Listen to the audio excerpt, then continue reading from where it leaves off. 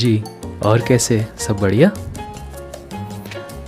देखिए भाई, यहाँ पर मैं वीडियो बना रहा हूँ मेरी कॉमिक्स के कलेक्शन का। और भाई ये जो कलेक्शन मैंने किया है ना, सिर्फ लास्ट के 1 मंथ में भी किया हुआ है कलेक्शन। और इसके पीछे भी एक स्टोरी जुड़ी हुई है जो मैं आपको ज़रूर बताना चाहूँगा। साथ ही साथ में अपना कलेक्शन भी दिखाऊंगा, ऑब्वियस बात है, उसी का तो वीडियो बना रहा हूँ मैं। तो यार जब हम छोटे थे ना, तो कहीं पर भी स्टॉल में गए, कहीं रद्दी वाले के पास में गए, किसी के पास में भी गए, तो हमें फटी पुरानी कैसी भी कॉमिक्स क्यों ना मिल जाए, तो हम उसे पढ़ लिया करते थे। उसको उठाया, उसके कैरेक्टर्स को देखा, और पता नहीं क्यों वो कैरेक्टर्स मुझे बचपन से ही बहुत अच्छे लगने लग गए। जैसे कि बात करते हैं यहाँ पे नागराज की, बड़ा अच्छा लगता था। नागराज के हाथों से नाग रस्सी निकल रही है, सारे नाग उसकी बातें सुन रहे हैं। Anthony one of the my favourite, जो ठंडी आग छोड़ता था, बिल्कुल ऐसा लगता था नया कॉन्सेप्ट, अरे ये ठंडी आग क्या है। शक्ति, जिसके पास माँ काली की शक्तियाँ थीं। परमाणु, जिसके पास में साइंस की शक्तियाँ थीं।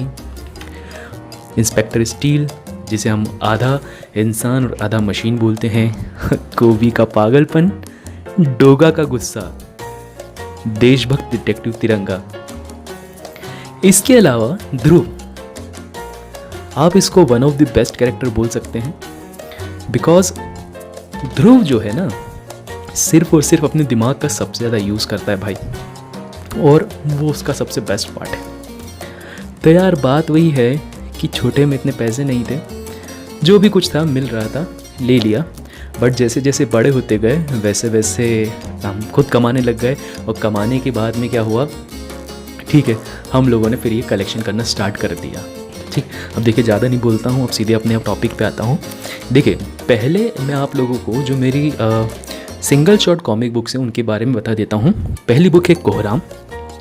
कोहराम one of the best comics हैं, जिसमें पहली बार आप इस हरू कैरेक्टर को देखेंगे। और चाहे आर्ट के मामले में हो, चाहे स्टोरी के मामले में हो, या चाहे डिफरेंट कैरेक्टर को इंट्रोड्यूस कराना हो, हर मामले में ये comics one of the best है भाई।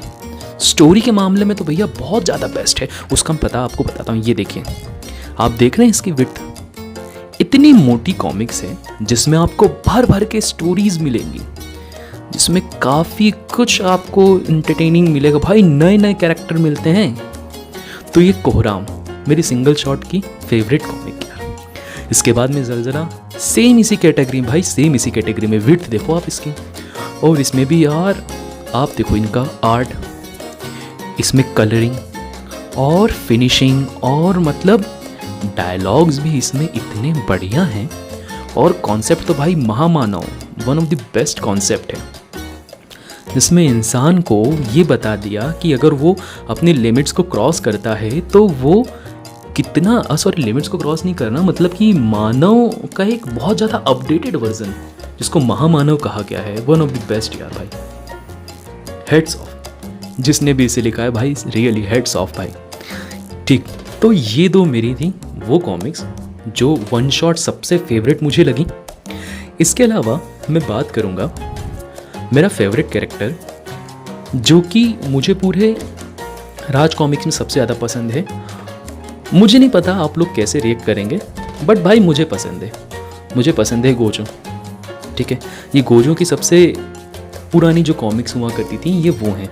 अभी न्यू सर्वनायक सीरीज़ में भी है ये गोजो, बट मुझे बहुत अच्छा लगता था। मुझे मालूम, इसके शरीर में से जब डिफरेंट टाइप की शक्तियाँ निकलती थीं, चाहे वो गुरु घंटाल हो, चाहे संहारक हो, या चाहे जुड़ोका हो, या शाकाल हो, मज़ा आ जाता था यार वो देख के।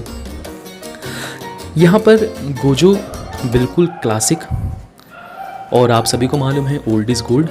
तो यहाँ पर देखिए आप, आर्ट जो है यहाँ पर जो यूज़ करा गया है वो आपको बिल्कुल इंडियन आर्ट की फील करवाएगा।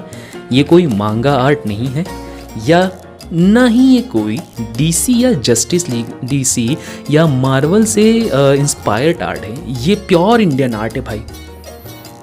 तो ये इस तरह की कुछ कॉमिक्स है जिसमें गोजो और दरिंदे, देखो मैं कहानी को बोलूँगा कोई ज़्यादा फैंसी कहानी नहीं है, नॉर्मल सी कहानी है जिसमें आप एक सुपर हीरो हैं और आपने क्या करा है, आपने शैतानों को मारा है, एक नॉर्मल सी कहानी है, बट यार मज़ा आता है, लिटरली मुझे तो मज़ा आता है।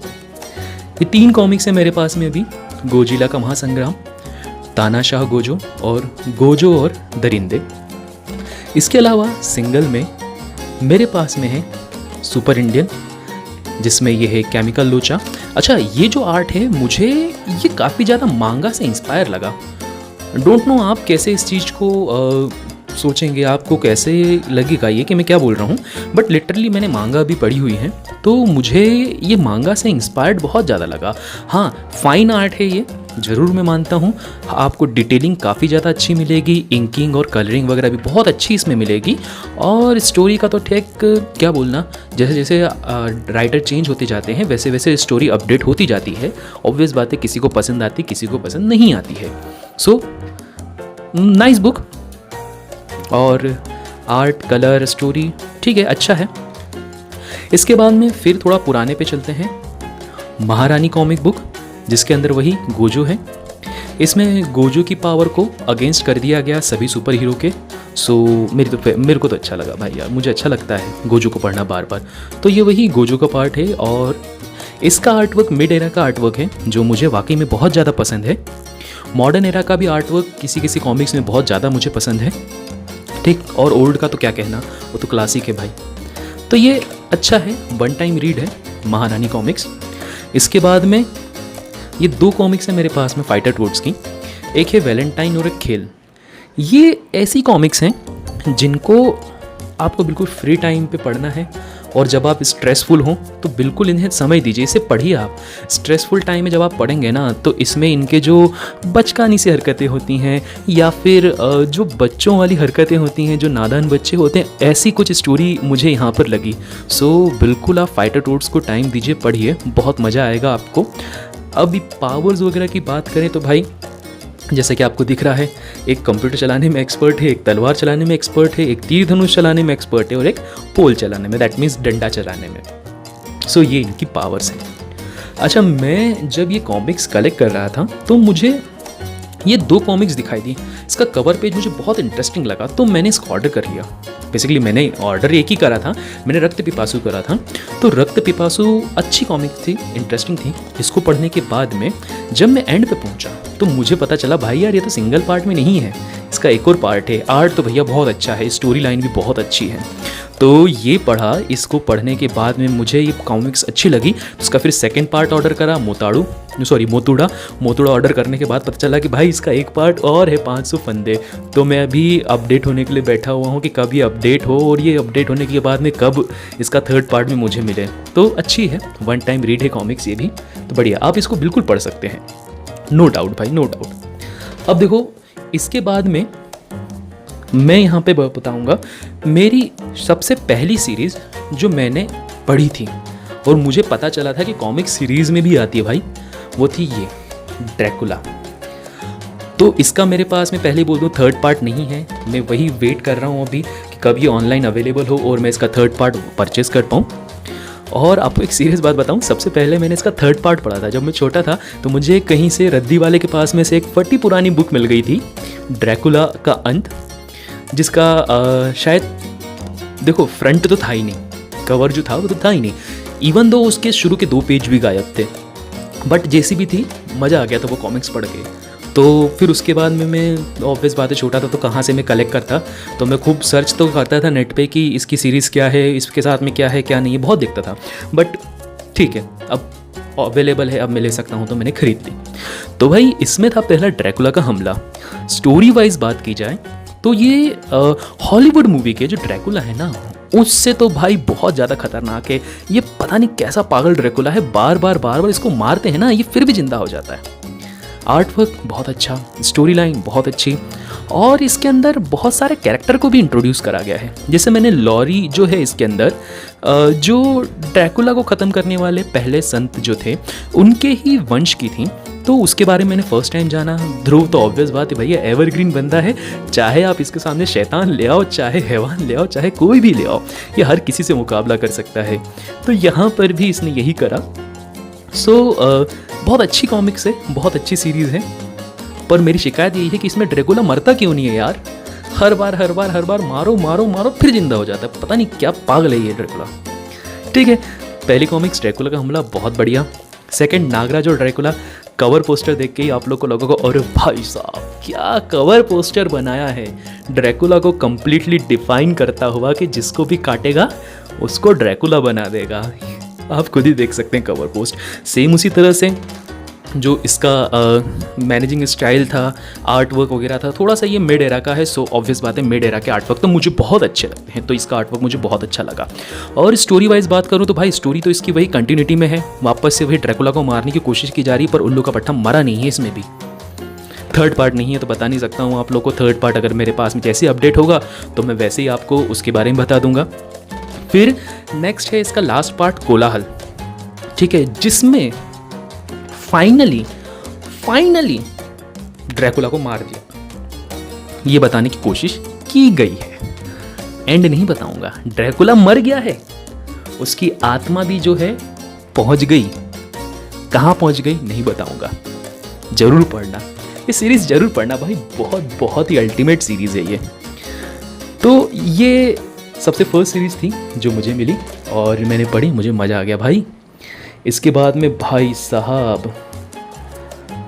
बिलीव नहीं करोगे, मैंने खरीदी भेड़िया की अमर प्रेम सीरीज।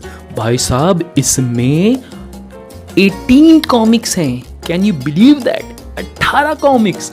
और उससे अच्छी बात मेरे पास 15 अवेलेबल हैं, 3 अभी भी ढूंढ रहा हूँ भाई। फटाफट इसके भी रिव्यू देख लेते हैं, वीडियो बड़ा बनते जा रहा है।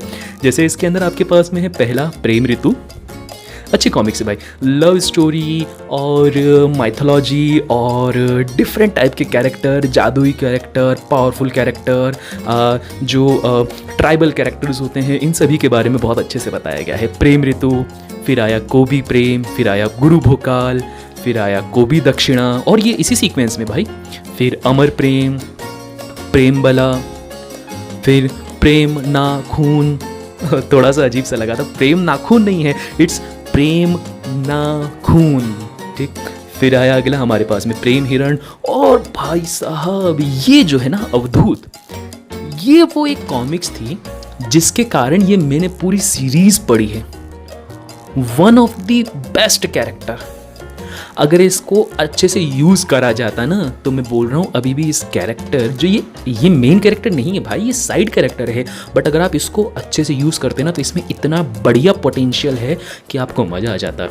आप लोग जैसे देख ही रहे हैं कि लगभग ये शिव जी से इंस्पायर्ड लग रहा है, और इसलिए मैं बोल रहा हूँ इसमें बहुत पोटेंशियल था, बट पता नहीं आरसी ने क्यों इसको यूज़ नहीं करा। वो उनकी मर्जी भैया, कॉमिक्स वो बनाते हैं, स्टोरी वो लिखते हैं, हम कौन होते हैं बोलने वाले, ठीक है। फिर उसके बाद में आया प्रेम पिशाच, उसके बाद में प्रेम तड़प, प्रेम प्रतीक, प्रेम रत्न, प्रेम श्राद्ध, प्रेम अश्रु। 3 पार्ट अभी भी बाकी हैं भाई, 3 पार्ट को ही ढूंढ रहा हूँ, वो मिल जाए तो भाई मज़ा आ जाए। सो फ्रेंड्स, ये था मेरे कॉमिक्स कलेक्शन का फर्स्ट पार्ट। अगर आप लोगों को ये अच्छा लगा तो प्लीज़ इस वीडियो को लाइक ज़रूर करना और कमेंट में मुझे ज़रूर बताना कि क्या मैं इसके और पार्ट बनाऊं, क्योंकि मेरे पास कॉमिक्स अभी और भी हैं।